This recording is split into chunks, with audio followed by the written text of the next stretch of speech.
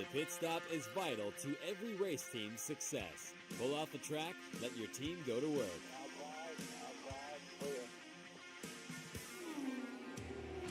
Change all 4 tires, fill the fuel cell, and make needed adjustments, all in 8 seconds or less. Did you know that there was another beautiful Indianapolis-style track once in Ontario, California, that was the home to some fantastic 500-mile races?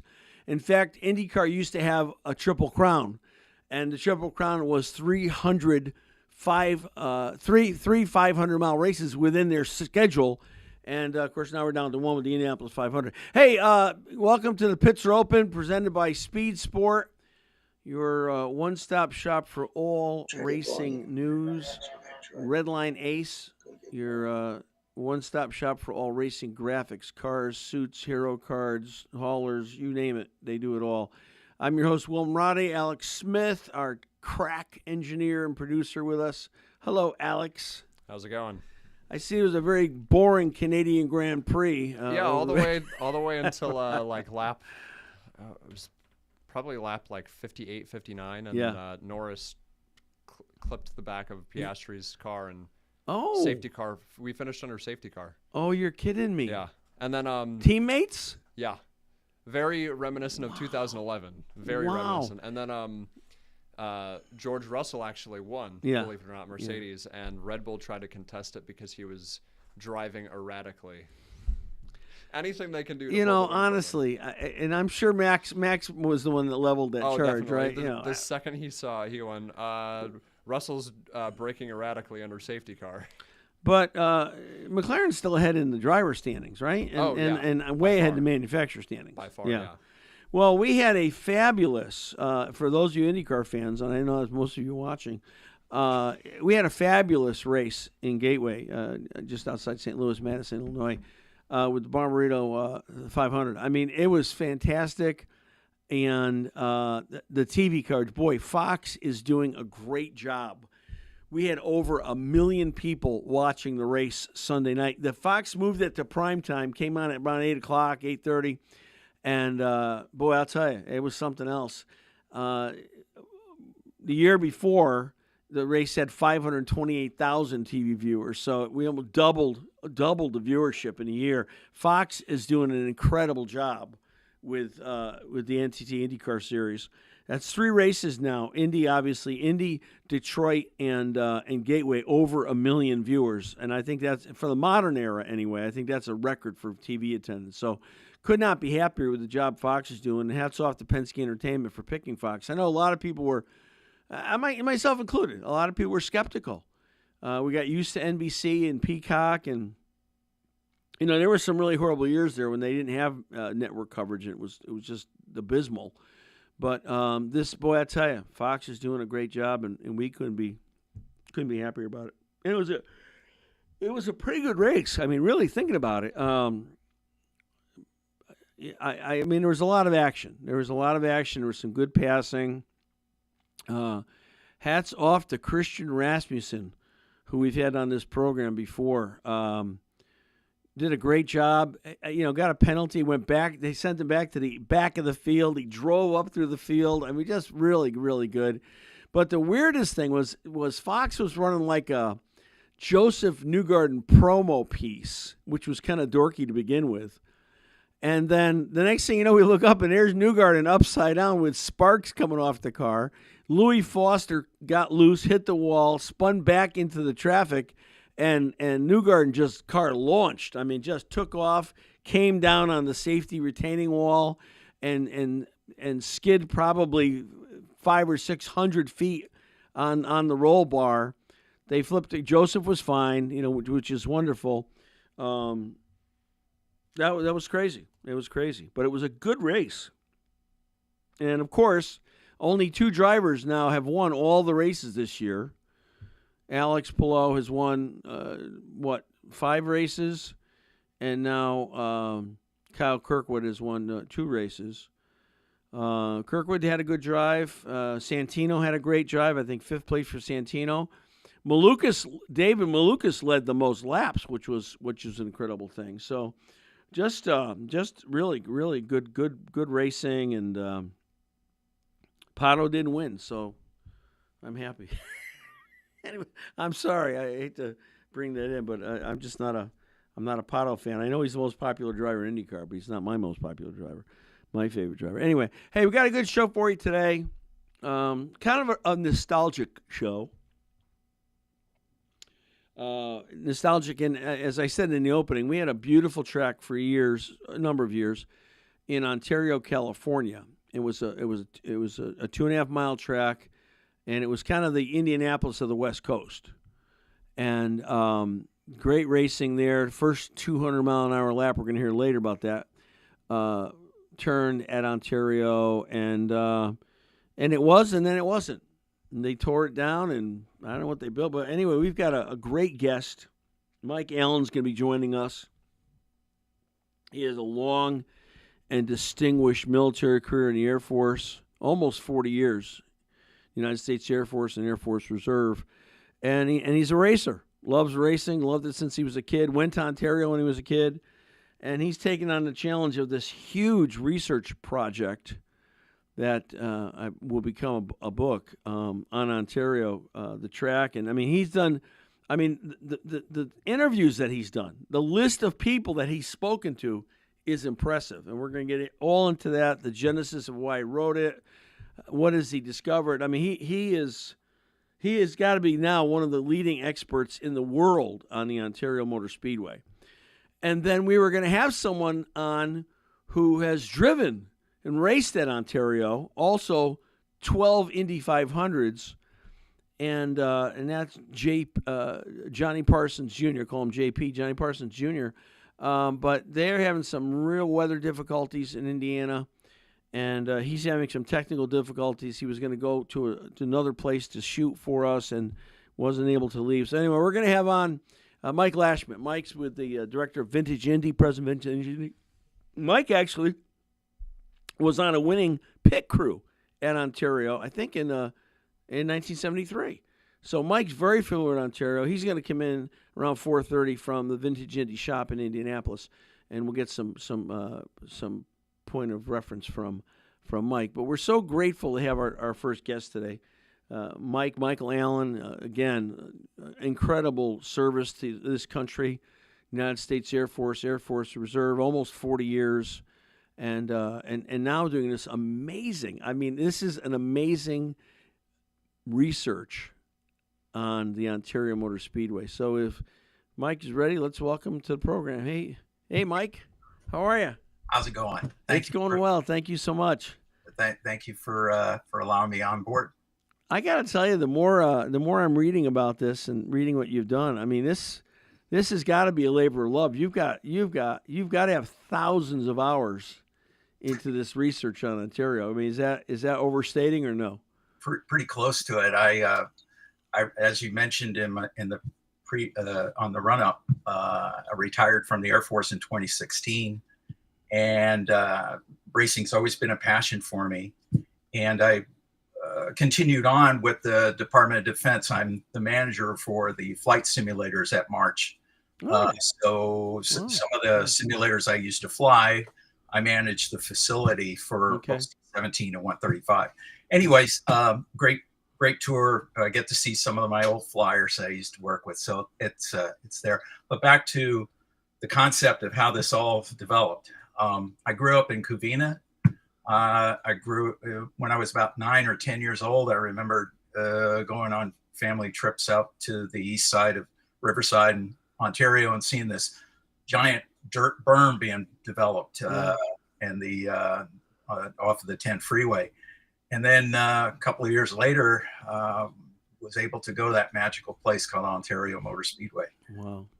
Loved it. Absolutely. I'm still, to this day, the moments that I spent at that track, both at a race and just by myself, and that's another side story, but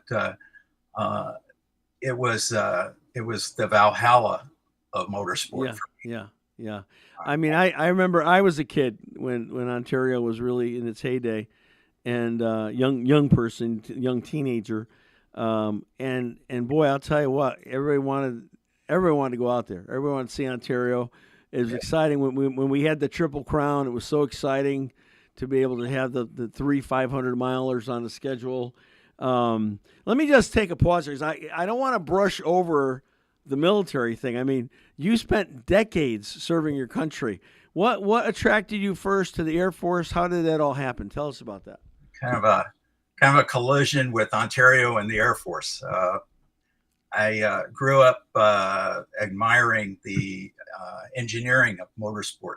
Some of my heroes were Dan Gurney, Mark Donohue, Bruce McLaren, Colin Chapman. I mean, I knew the race car designers almost and the crew chiefs on the Indy cars as much as I did the drivers. Wow. And at one time, I used to draw cars in my, high school years, and I'd mat them, and I'd go out to Ontario and go on the qualifying day or practice day and wait at the front gate or right at the garage gate. Mm-hmm. And I would kind of gate crash, I guess, to get in there to get them autographed. And I did a couple of drawings for Dan Gurney, and he said, "What do you want to do?" I said, "Well, I'm going to graduate from high school." This was 1977. And I'd love to come down and be your designer someday. And so I didn't have any college money or a scholarship going. So I went into the Air Force as an aircraft mechanic, and actually I signed up for every base in Europe because I wanted to just spend my 30 days in the military back there touring all the races. But I didn't get the engineering degree, but I did get an aviation maintenance degree. Mm-hmm. And then I served as an aircraft mechanic in Texas, various parts around the country, and then ended up in California. And a side note to this, I'm flying into Ontario in the late, I'd say late 70s, early 80s. I think it was 81 to be exact. Okay. And I look over on the right-hand side of the airplane approaching Ontario. I noticed that the track's being kind of modified. So I asked the gate guard at the airport. I said, "What's going on at the Speedway? Are they modifying?" He said, "No, it's sold. It's gone." And it was heartbreaking for me. I bet. Oh, no. So back to Dan Gurney. I wanted to be a designer. I got involved in some various motorsports just as a part-time. While I was assigned to both Norton and March Air Force Base out here in California, and met my wife. Been married for 42 years. Next month. Good for you. That's awesome. And she's always backed me up on my projects. Always had the bags ready for me to go on my trips, so can't complain. Anyways, never got to be the race car designer I wanted, but racing and history were my passion. And I would drive past that empty lot, which was the Speedway that was being developed into hotels and shopping malls and car lots. And I just say, "Damn, why didn't it just hang on just a couple of more years?"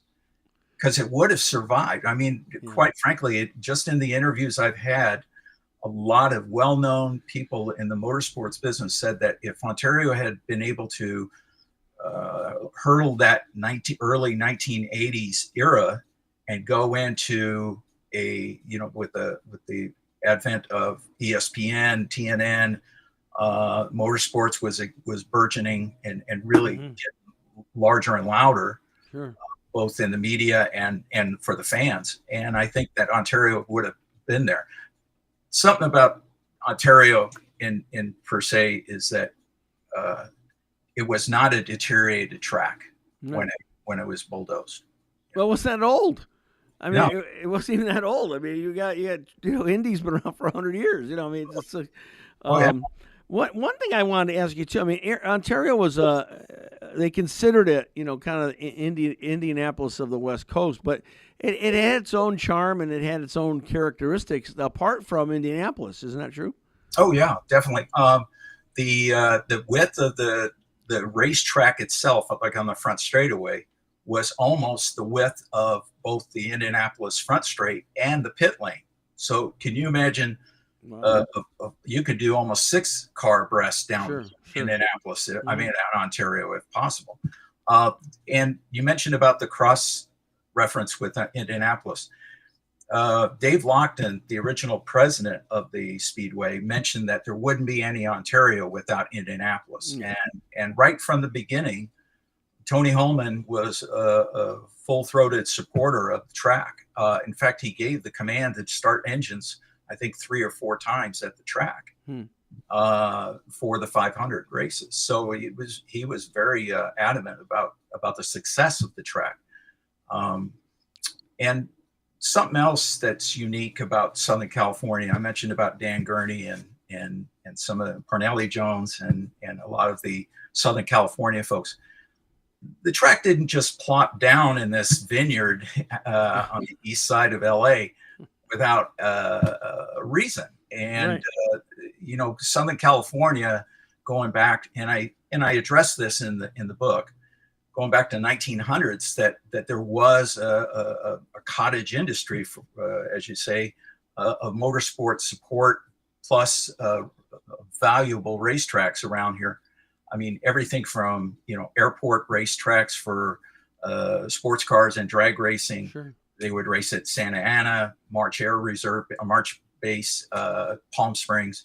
So the motorsports genre was really hard and heavy in Southern California. Absolutely. Plus, you also had the second largest media market in Hollywood right next door. So with Ontario, Hollywood was front and center. It was right at their doorstep. So the first inaugural race, it was in September of 1970. And on August 9th of that year, they had the inaugural grand opening, which was to showcase all the movie stars and the different types of genres that they were going to race at the track. Sure. And unique to Ontario, it was the very first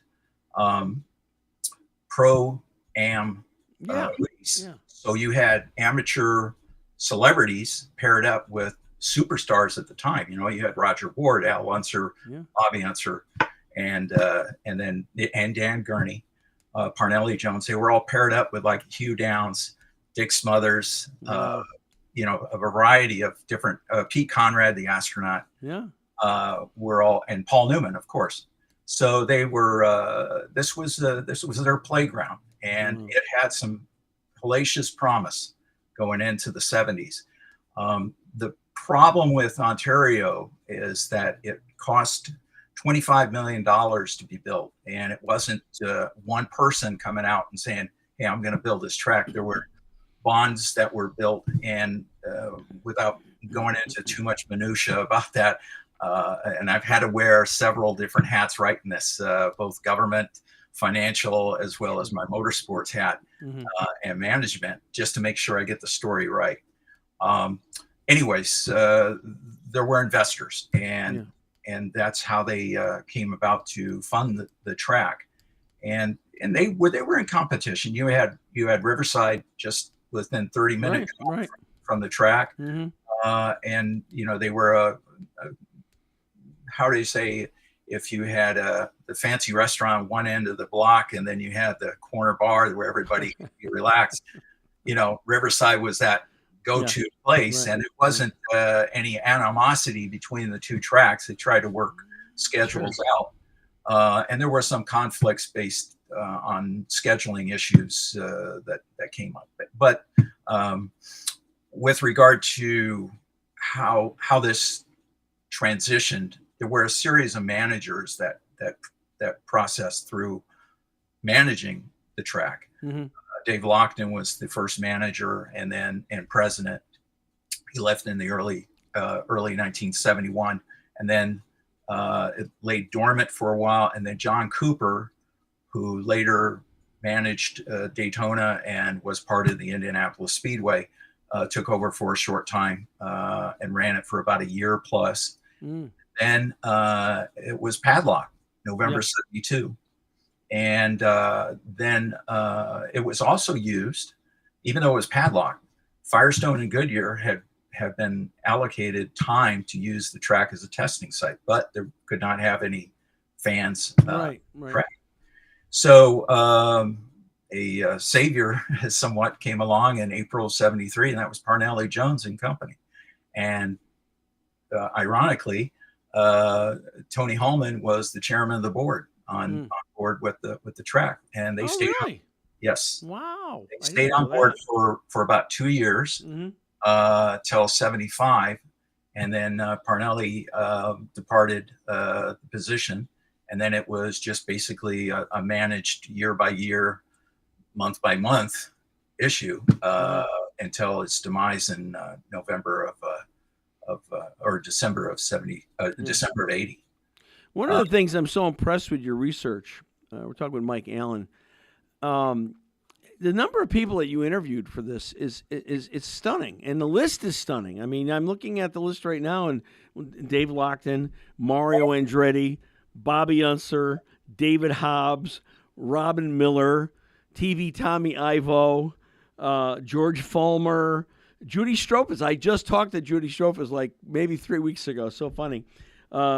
Dick Smothers, Johnny Rutherford. I mean, it's a who's who of not only racing but Hollywood. Who was the first person, if you recall? Who was the first person that you interviewed for the book?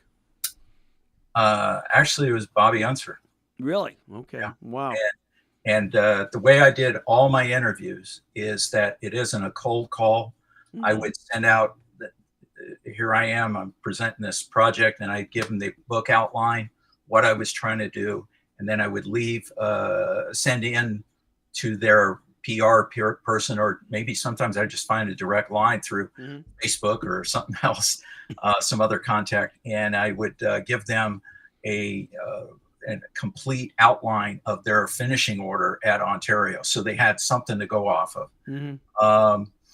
It's funny about you mentioned Bobby was on the phone with me for about 3 hours, and it was, I mean, it was I'm still a race fan. Sure. And it was a treasure and a treat just to sit and listen and take the notes as fast as I could. And he was just wonderful. And he talked about not only Ontario, but other races nearby. Yeah. And it was just a treasure to do that. Mario was my next interview. Oh, man. And then Dave Lockton was there for me as well. Just a wonderful interview. How about Robin Miller? I'm a big Robin Miller fan. Robin was super good to us, and certainly back in 16, 17, 18. How about Robin? Robin Miller, I was on the phone for, I think, 3 times, and they exceeded an hour. Yeah. And then we did, when later in the years, we just texted, and and I kept him abreast on how we were doing. And he says, just don't take any no for an answer, and keep pressing, kid. And that was great incentive for me. Oh, wonderful. So go ahead. Where are you in terms of, I mean, you've done you spent so many thousands of hours, so many interviews. You know, I mean, if you get any book and there's 5 or 6 interviews in it, it's something. And you've got dozens here, and all incredibly top shelf. You know, Dave Marcus. I remember that name well as a young man in stock cars and USAC and NASCAR. Just so many people here. Tom Sneva, the first man to turn a 200-mile-an-hour lap at Indianapolis. Yeah. Where are you now in terms of process with this, Mike? So, if you were to see my law office, for lack of a better term, I have over 5,000 documents, real-time documents that I've been able to acquire through people who have taken pity on me, for lack of a better term, and said, here, my dad worked at the track. Yeah. Use this. And it could be just a notepad of stuff that he did on a daily basis at the track. Anything to add a little detail to the book.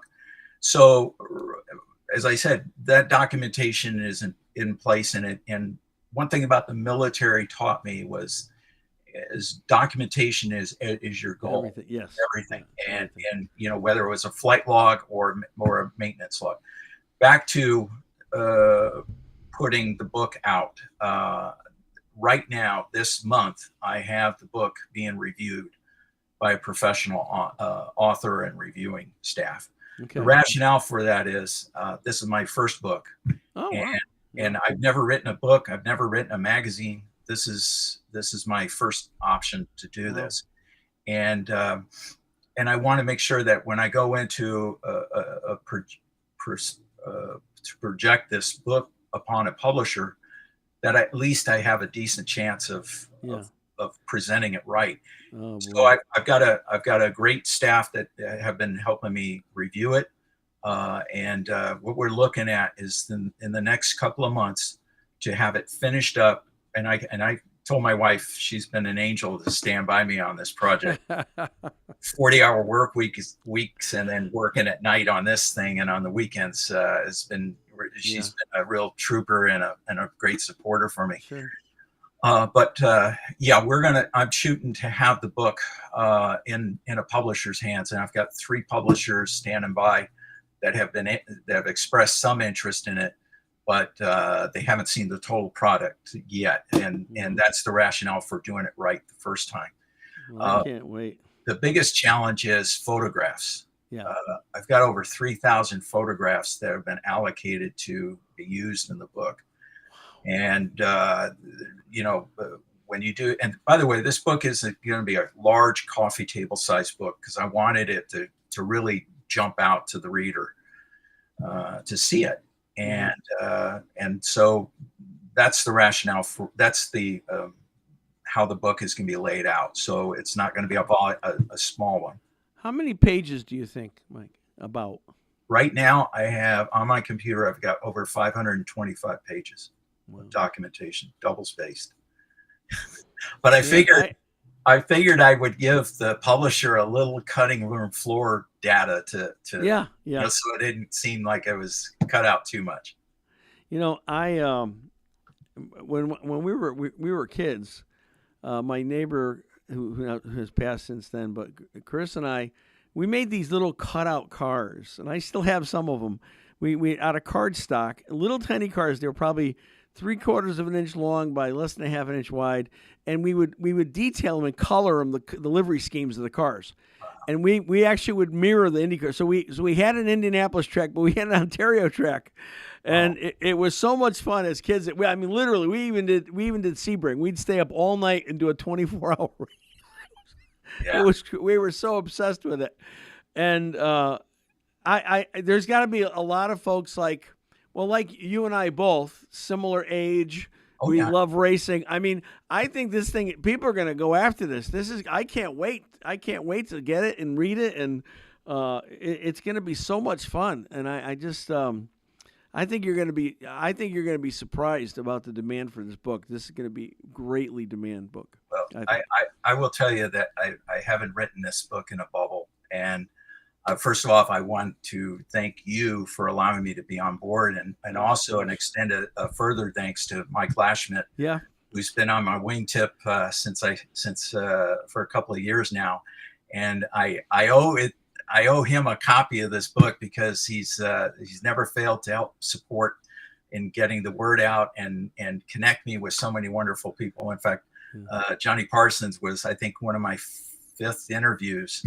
And so, I've told Mike, I said, tell Johnny I'm not giving up on the book.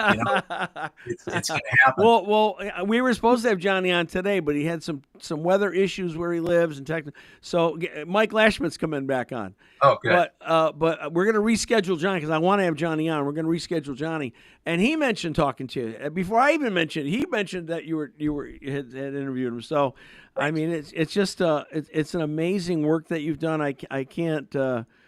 I do quite a bit of research myself as a pastor, and I've been a pastor for over 30 years, but I've never done anything to hold a candle to this, what you've done with Ontario. So I am so impressed. I understand how long it takes to do research and dig through and find facts and find documents, and this is impressive. It really is. I wanted to let you know that, I ran into, I mentioned earlier about Dan Gurney. I ran into him a couple of years later with my son, who I named Dan as well. And, wow. And we ran into each other at Long Beach, and he goes, I remember you, but I can't place where. I said, I was a guy drawing those cars at Ontario. You're the one. And I said, well, I ended up in the Air Force. He said, she did okay. Yeah. So, wow.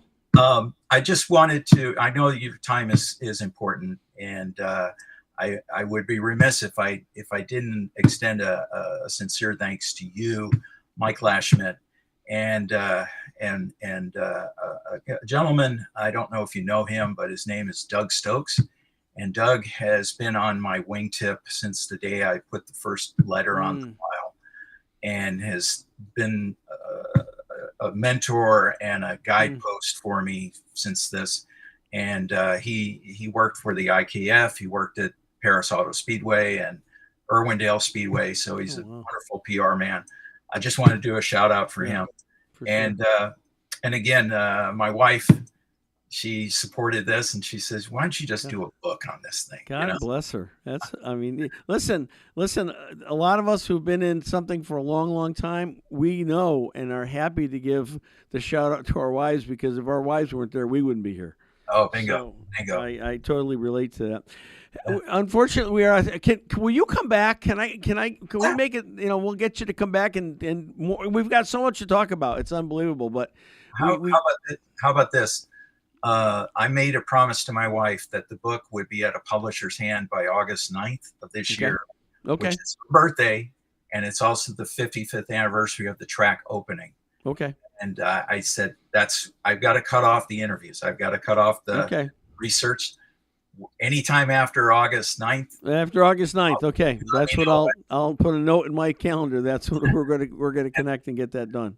And I should have more information on where the status is. Okay. Good.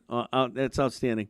Everybody, Mike Allen, great job. Thank you so much. I've enjoyed talking to you on the phone. I enjoyed this time, and I want to have you back again. So thank you so much. God bless you. Thank you, and it's a pleasure to talk to you, and thank you to all the fans that have supported me, and the folks that are on that list and then some. You cannot believe what a treasure your time with me was, and thank you. I bet. All right, Mike. Thanks so much. Talk to you again. Take care. Take care. All right, we're gonna take a quick break, a little promo for Speed Sport, and then we'll be back. Vintage Indy, Indianapolis, Indiana. Mike Lashman will be joining us and giving us some more background. He's got firsthand knowledge of Ontario and a pretty cool car that some of you may remember, and some of you will be first-time information. Hang on, we'll be back in about 2 minutes.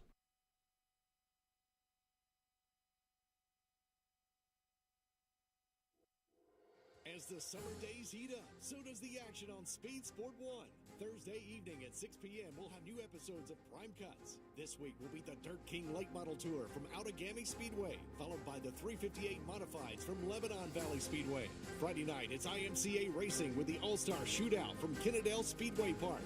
The Trans Am Series presented by Pirelli will be live this weekend from Mid-Ohio Sports Car Course. Go to speedsport1.com for details and viewing options.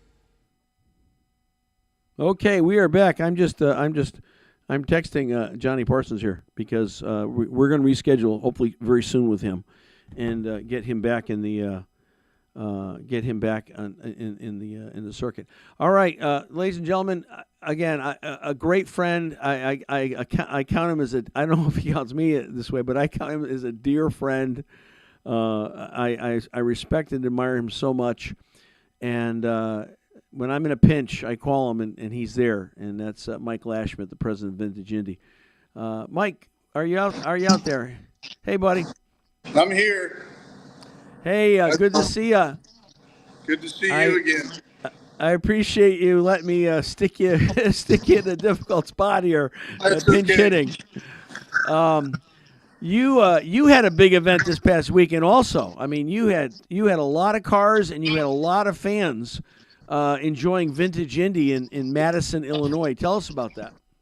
Yeah, we were with IndyCar down at WWT Raceway in Madison, Illinois, across the river from St. Louis. I like to say in the shadow of the St. Louis Arch. And it was just a wonderful weekend. The rain kind of went around us. We got all our sessions in. They had a great crowd of people down there. We had thousands through our paddock. We were adjacent to the IndyCar garages, and everything just went swimmingly. Couldn't ask for a better event. I think it was probably one of the best IndyCar races of the year. Yeah, I agree. Today at Working Man's Friend and ended up at a table next to Larry Foyt and another guy from the team, and we were talking, and I said, man, I was rooting for Malukas and Ferrucci. You guys are going to get one here very soon, because Malukas had the car. Oh, he led the most amount of laps. I mean, they're just a rebirth of a team for Foyt Racing. Oh my gosh. Yep.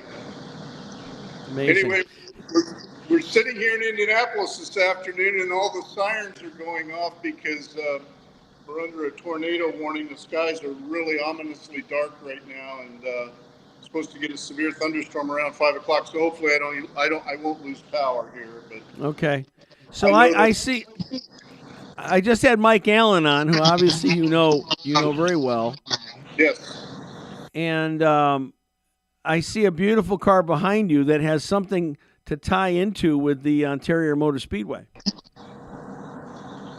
Right. The car behind me is the famous 1972 Mystery Eagle, which Jerry Grant came very close to winning the Indy 500 with. I'll move my camera here a little bit. And,